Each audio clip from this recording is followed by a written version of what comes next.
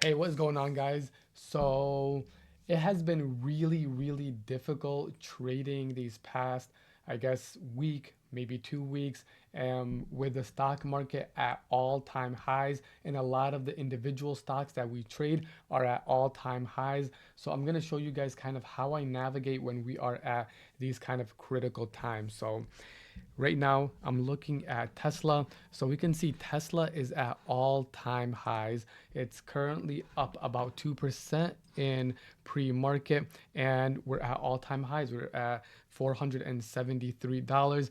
And the difficult thing when you're trading something like this is there are no resistance levels. We've broken through all the resistance levels, so you can't really gauge proper entries. And when we are at times like this, I usually don't want to be trading these stocks until we see healthy pullbacks.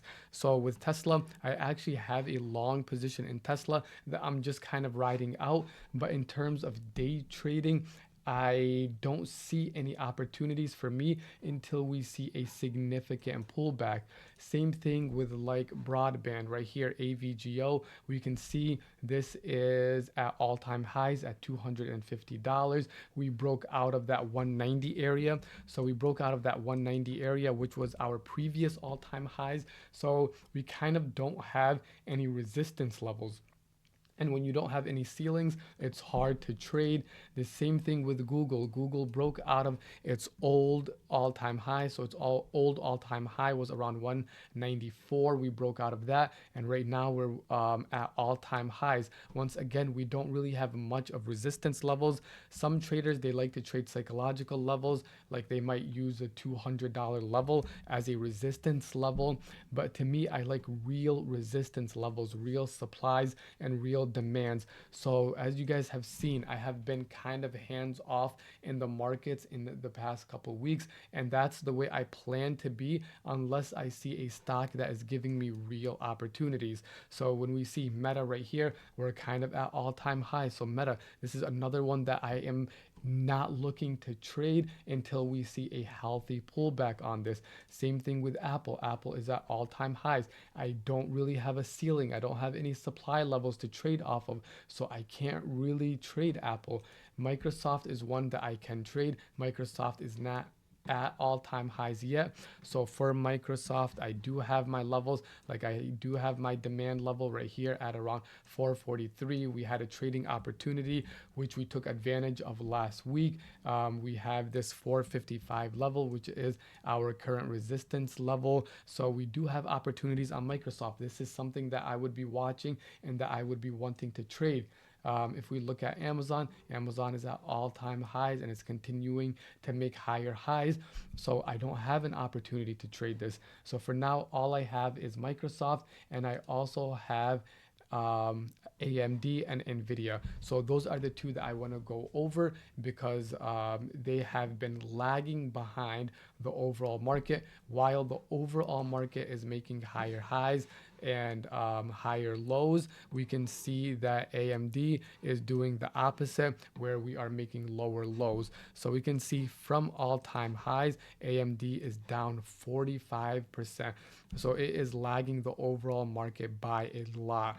But now I want to bring your guys' attention to where we are sitting right now. So I have my key levels for AMD labeled, and you guys can see here on the right side that I have my weekly and my daily levels labeled, and AMD is currently testing that 125 level. So we have that 125 level over there, which is our daily demand zone. AMD came to that level and it is currently holding that level. If we go to a 1 hour time frame, we can see that AMD is doing well to hold this level. Buyers are stepping up. We can see from those wicks that buyers are buying at this level. So I kind of like this for a possible area for AMD to finally start to show some recovery. So this is what I am watching. And if I see AMD, I want to enter a long position at market open. If I see AMD start to lose this 123 level and start to break this demand zone, then I would exit my position. So I would have something like this. So I would take a long position here, and my stop loss would be kind of over here at 121.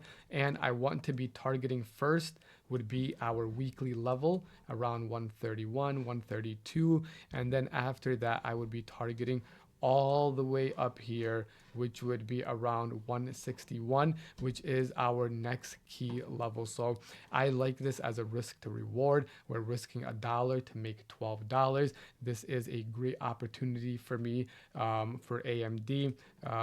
It's a perfect setup, right? So we can see this key level at 125. If we go to the past, we can see where that key level was created. We finally had that breakout over here, and we went to all-time highs. We came back to this level, found a nice support, and that is the area we are testing again right now. So AMD, I'm looking to see if we finally find some recovery. NVIDIA, on the other hand, this one looks like it might still be a little weak for a little bit longer. So if we take a look at the chart here for NVIDIA, we can see NVIDIA lost a lot of key levels. So we lost our weekly, we lost our daily levels. So yesterday we lost our daily level, which is this 132 level right here. So we lost this 132 level right here, which is our daily level. And we can see in pre-market, NVIDIA is down about 2%. And we are now heading towards what? 126, which is our weekly level. So I would be keeping an eye on that 126 level, which is right here, to see if this is finally the area that we bounce and start to recover. But I would not be touching NVIDIA until we start to test that 126. If this thing continues to be weak and it breaks 126, it breaks 124, well, then in that case, our next key level would be all the way down here at $116.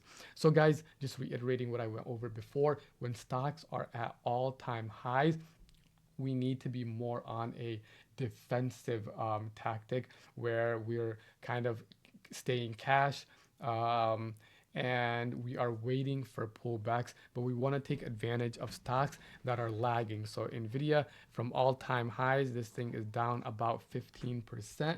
So this would be, it will eventually recover, or it could eventually recover.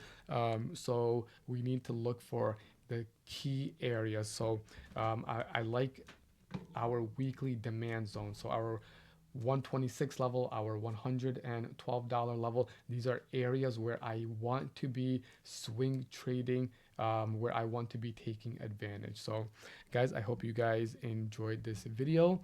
And I will see you guys in about 45 minutes for trading. Peace.